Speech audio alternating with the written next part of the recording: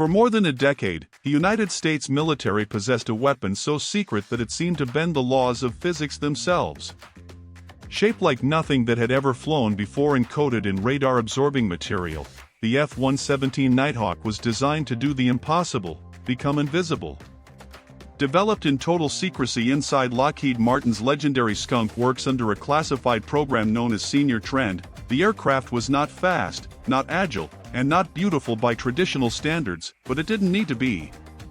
Its power came from mathematics, from complex equations that scattered radar waves away from their source, making enemy defenses stare into the sky and see nothing at all. When the F-117 made its first public appearance during Operation Desert Storm in 1991, it stunned the world. Night after night, these black, faceted aircraft flew directly over the most heavily defended airspace on Earth, Baghdad, striking high-value targets with surgical precision. Iraqi radar systems lit up, missile batteries fired blindly, and yet not a single Nighthawk was hit. To the American public and military planners alike, the message was clear: stealth had changed warfare forever. The F-117 was not just an airplane, it was psychological dominance made real. Pilots believed they were untouchable. Enemies believed they were helpless. But invisibility, as it turns out, is never absolute. On the night of March 27, 1999, during NATO's air campaign over Yugoslavia, Operation Allied Force, that illusion finally cracked. Lieutenant Colonel Dale Zelko was flying mission Vega 31, a routine strike into Serbian airspace. Conditions were familiar. The aircraft had flown similar routes before. The confidence was high.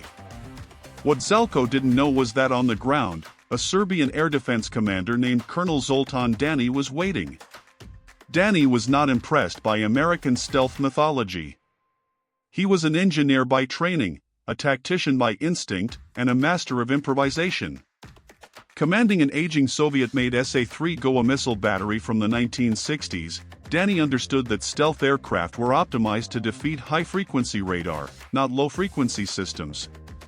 By modifying his radar to operate on longer wavelengths, limiting transmissions to seconds at a time, and enforcing strict radio silence, he avoided NATO's anti-radiation missiles and quietly observed the skies. Even more critically, NATO planners had grown predictable. The F-117s were flying similar ingress and egress routes night after night. Serbian spotters tracked patterns visually and by sound. Dani knew where to look and when. That night, as Zelko opened his bomb bay doors to release his payload, the laws of stealth briefly betrayed him. The internal structure of the bay, combined with the open doors, momentarily increased the aircraft's radar cross-section. On Dani's screen, it appeared as a fleeting blip, just seconds long, but it was enough. He ordered a launch. 2 missiles streaked into the night sky. The first missed. The second detonated close enough that the shockwave and shrapnel ripped through the Nighthawk's fragile skin. Warning lights exploded across Zelko's cockpit. The jet lost control. The invisible aircraft was suddenly very real and falling. Zelko ejected and parachuted into a Serbian field near the village of Budanovci. For hours, he hid in a muddy ditch while Serbian troops searched nearby. Using survival training and sheer discipline, he remained undetected until a daring NATO combat search and rescue mission extracted him under cover of darkness. He was the only American pilot shot down during the entire campaign, and he survived.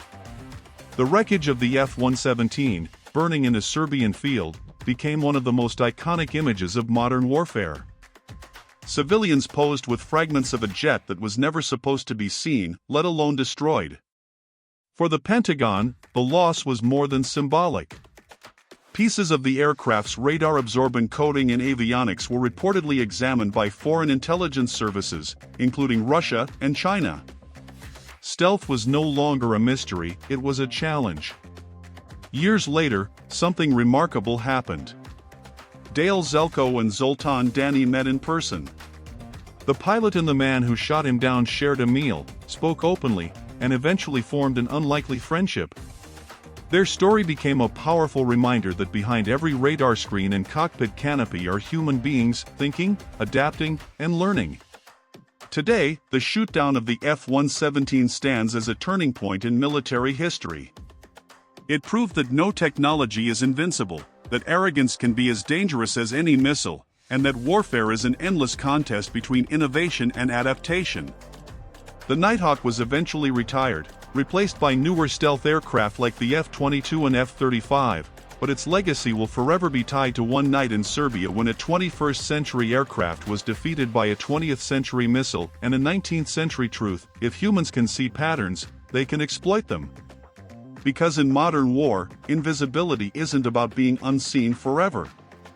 It's about surviving long enough before someone figures you out.